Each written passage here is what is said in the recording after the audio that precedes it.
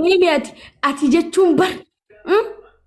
Afaan kee qabadhu dheengadda ana kasagalee sii ta'ee uummata kana guutuu walitti garagalchee viidiyoo ilaa irraa namni kumni 600 ol si ilaalee guyyaa sanitti achirraa namni si dhufee tabarratti ajandaa barbaadan irra lolu deemtaa naani jettu seeta. Hanga akkattiin koddaa kana mataas kaa. Kuno. Ati mangistiidha bar yoona dhooftee soomaa miti gabbak. Kwaalitummaa keetiif Saa namnummaa sibira dhaabbachuu kun hundi dhabamettiin bargabbee viidiyoo akkas fakkaatu san sii dalagee. Guyyaa kaan as deebitee hin galu naan hin jettu seeta. Tottolfattee. Hai. Meeyyaam zaggaafii si gaafadhu. Gaafadhu. Hayyee nama tasgabbaadhallee. Amma doolaarii 2,400 jechuun simpiliidha. Ni beektaa akkatti dhumatus barakaa akka hin qabne kan tiktokii. Okay? Shaanxaa 10 liqeeffadheetiin bite. Shaanxaan tokko 2,500. Okay? Shaanxaan tokko 2,500. Uffataa bunu deemtaa. Hayyee. Maaliif gasalbaajiin atarrafeemi maaliin atarrafe jaarsa wayiin qaba moo diqaalaa wayiin qaba yaa amzaayyee. Hayyee yallaash.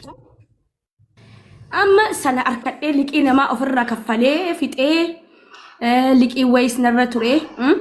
Sigalee waa hunda fixadhee doolaarii 700 ani ergan faayilii cubsiisee waggaa 4 beekadhu ni yaadatta. Bara haati koduutu Allah irhaamati. Waan sana immoo gaafadhu amma bilbilii. Doolaarii 100 kaffaltu malee hin baatu naan jira. Okay? 100 moo 7? 7. Okay? Doolaarii 700 kaffaltu malee kan biyya kana keessa turte amma isiniif kaffalee jiraattu waan an waggaa 4 natsaan jiraadhe. Sanaan natti herreegame. Sana hunda irraa kaffalee maaltu harka kottafeme? Doolaarii 2,400 irraa. Mina. Baaboosh fittee? Fixee. Tapha beellamaa kabiraa sii qabnaa duuba ammaas wantana. Baantanii hojjetadhee bara hadda namni hafee dhufee naafa kennu si galee tikkeetta naa ta'a. Wal jalaa jirra. Amma Kadir martuu rakkoo narraa qaba guyyaa 26 geeman qaba narratti qabate Kadir martuu. Akka malee wargoota akkasii fedhinis. Ati akkam nu godhu deemta Oromoo akkam godhu deemtaati. Akkamiin godha Oromoo naa gargaartu Oromoo. Oromoo eenyuun dhadhalee hankan Oromooti bara haadha abbaan kiyya Oromootti na kannitee duute bara. Dhageenya kaa waraqaa irra nu tarakkabsiisanii dhagarree ati guyyaarraa nu dhuftee gisee hunda nurraa qocoo tana anuma galfate wallahi. Yaamza sanuu garaan qaba. Eenyurraa? Hin beeku Allah wa alim. Inni bareedaadha. Inni garaa bareedaadha maaliif seeti? Biyya galee feemasiidha sodaachisee maallaqa harkaa fudhadha.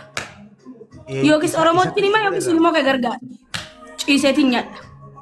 Isa akkas si godharraa moo?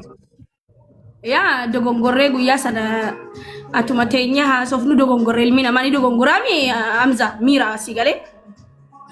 Ni dogongoraa namni waliin mucucaata. Dhagaye. Ni mucucaanne nu bakka akka addaatti mucucaanne. Asitti moo biyyatti qilleensumarraa waliin mucucaatta? Biyyatti galeetiin ulfaa'ee dhufe moo? Sanee miti. Amma kaan nama baay'eetu kunoo miseenjaraa waliin mucucaataa jira viidiyoo agarteemi. Kan kaayiroo jira jedhan daabboon 2 bahuu deema. Ayyee. Namni miseenjaraan quba kanaan akka waliin mucucaataa bulaa beektaa miseenjara kanaan diyaaspooraa fi warri biyya baqaa jiru. Viidiyoo dhiyoo gada diyaaspooraan gaddiisee baran. Suma dhugumaa wal bira jiruun seen gizeen viidiyoodhaan erga dhumateen bare darbii. Gizeen viidiyoon akkanatti. Ani gizee namichi akkana ol ka'u waan wal bira jiranuun seewwan. Alamma gizee viidiyoon akka harree kana garagaltee kaamera tolfattu wayii. Laaleetiin a'uuzu billa rabbii jatii jedhan haaloon la'u jee bishaan itti dhaqe. Annamichi gizumanni ol ka'u waan wal bira jiruun se'an wal bira jiranuun se'e bara. Kabar gizee inni ol ka'u san gizee isiin akka galabbatamtee inni ol ka'u sanii. Juraati. Indinan argitu akkanti fufurdadhee yaamsaa dur amma mallaan koo kun garagaluudhaaf fuulli koo wanni jedhee. Amma namitti nama laaltu wayii takkaa jira jedhanii magaalaa tana keessa fidnuuree daktoora malee tabiraa jira jedhan Infadu anaan fudhadheen gala. Fudhadheen qabeenya guddaa dabar. Maallaqatti maallaqan qabu waggaa 11 taa'ee natsaa galuurra ilmoo fudhadheen gala. Diqala. Ani waan kana hundarra kana ajaa'ibe maali beekta isuma fixee beellama qabachuun qaba ittisanii malee kana biraa takka nan ajaa'ibe. Akkam. Fatoo diyyara ajaa'ibe reeru gubaa wallaahi.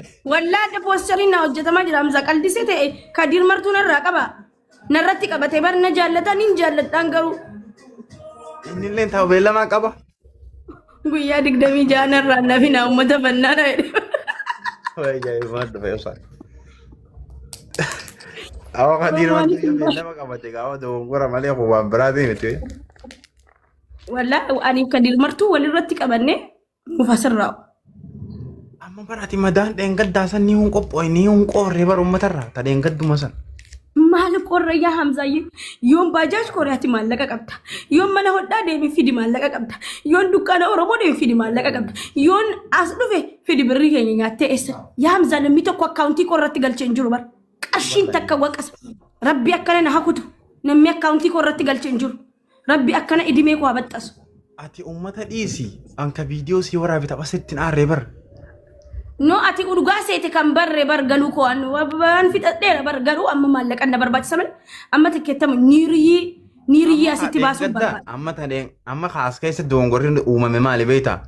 Uummatichi dheengadda akka ati uummata qoosaa goote hin goone ana eegas boodaan hubadhee mire wanni kun akka mijee keessaanillee si gaafadhee hubadhee mire uummatichi akkuma dheengaddaa sanitti arraas fuutee nu sobuu deemtii jaa malee akkamitti haaree maraatan. Kwanamo kana tikkeetta agarsiiseetiin taphadha bar habibi.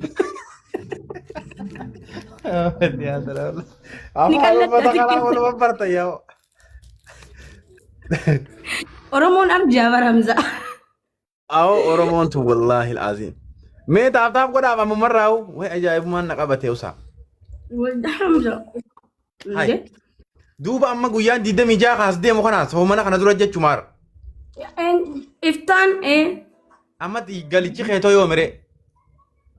bar galichi kun hin dheeressa ka geema jecha yoon biyya galee na yaadatan wedhe yookis eerpoortii taa'ee hin taphadha. Eerpoortii eeyya sidhiisa akka mucaa hidhalitti seedhan eerpoortii keessaa fuudhaniiti. Indee Hamza ani koo bar aarsaan Oromoodhaa kaffalee hedduudhaa bar wallaahi. Maal gootee Oromoo tanaa hundinuu an Oromoo tanaaf hin laffee numa jaa waan laffee deeffataatuma jira. Namni feemasii jaan hundinuu wallaahi deeffadheera haqa dubbadhe. Namni feemasii jaan kun hundinuu Oromoofiin sagalee ta'aa turee jaa. Takkaa Oromoo namni sagalee ta'e hin jiru. Waggaa har'a sagalee Oromoo ta'e guyyaa kaan dhufee tapha beellamaa qabate fixate waan taphate waan Oromoo sagalee ta'e fudhate taphatee fixa goolabe Oromoo takkaa waa ta'e hin beeku. Wanni Oromoo inni godhees hin jiru. Ammas ni bulla gaafa kaan dhufa.